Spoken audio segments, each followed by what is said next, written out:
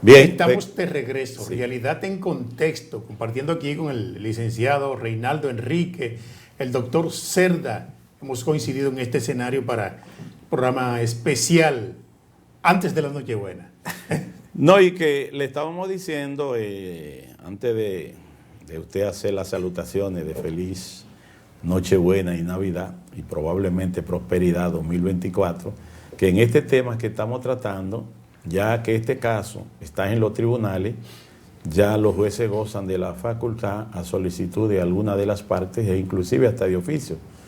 Pero en el caso más bien a solicitud de una de las partes, el artículo 494 del Código de Trabajo le da la facultad a los jueces para que puedan solicitar las informaciones de las autoridades de trabajo y de cualquier otra autoridad relacionada para las informaciones sobre algún derecho a reclamar que tiene que ver con los derechos de los trabajadores, porque el Código de Trabajo es el arma con que cuenta el trabajador ante una violación constante y flagrante de sus derechos laborales.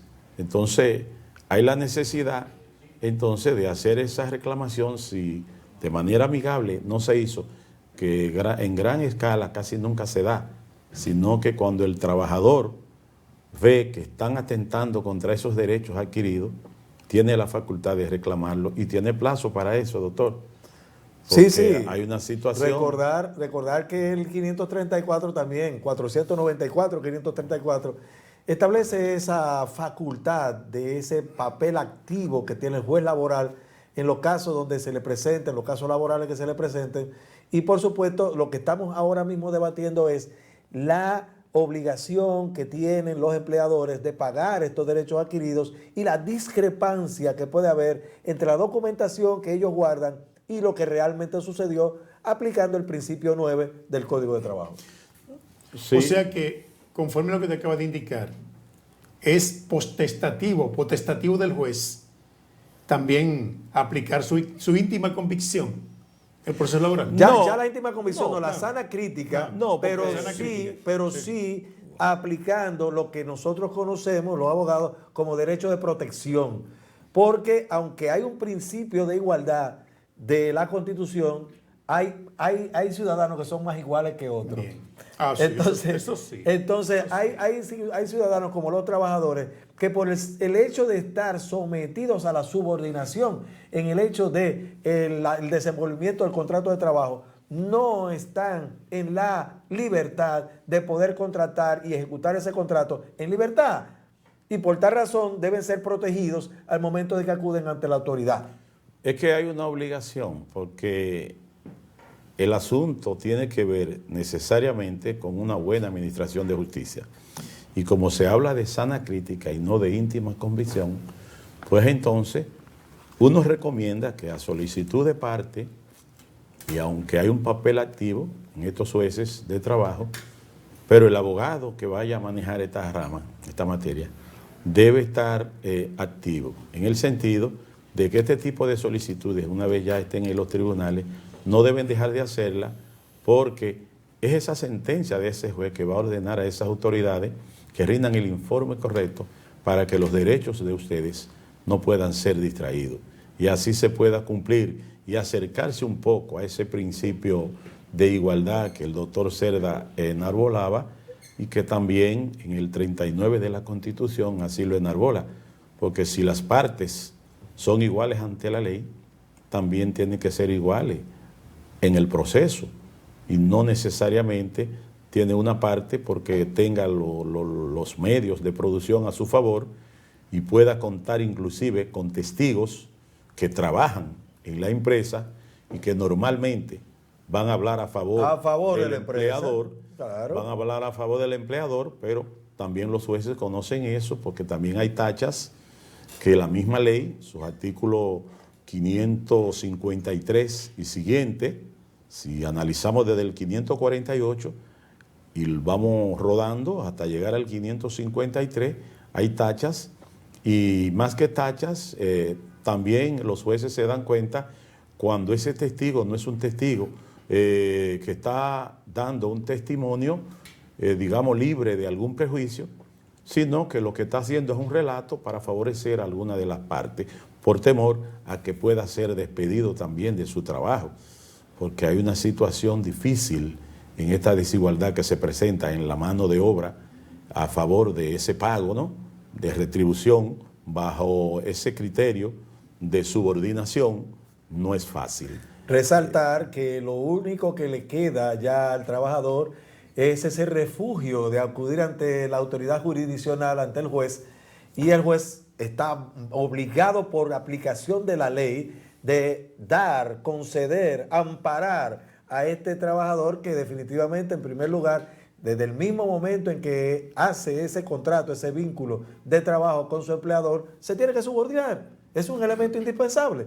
Y entonces, sobre esa base de que se mantiene subordinado, obedeciendo lo que el empleador quiere, pues lo único que le queda al juzgador es verificar la realidad de los hechos y entonces suplir cualquier otra situación que no esté en los documentos que están ahí, pero que él pueda determinar, y sobre esa base está el poder activo del juez.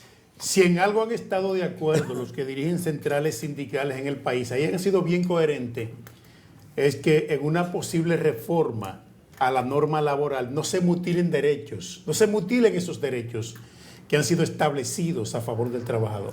Pero es cierto, y ellos hacen una buena labor porque el Código de Trabajo tiene que ser cumplido con cierta equidad con relación a esa mano de obra que se vende, porque es una mano de obra que se está vendiendo porque es el sustento que procura para él y su familia, y no es fácil.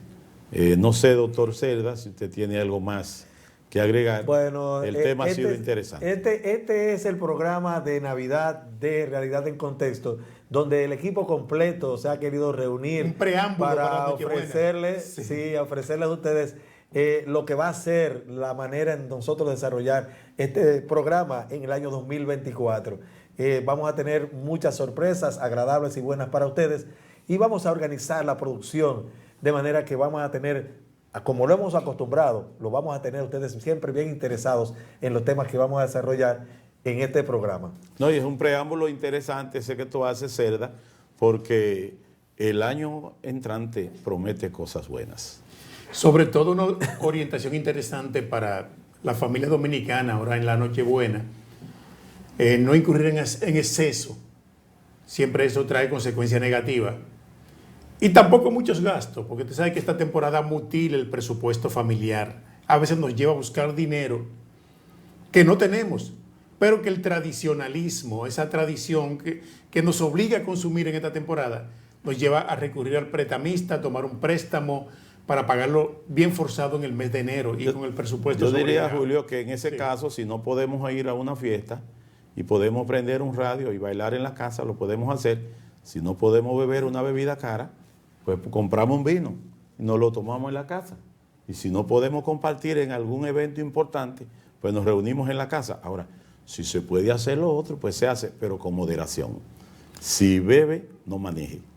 Si maneja, no bebe. Todo proporcional a los ingresos que podamos adquirir ahora en estas Navidades. Llegamos al final. Gracias por sintonizarnos. Regresamos mañana en otro espacio Realidad en Contexto. Bye bye. Boreal Televisión presentó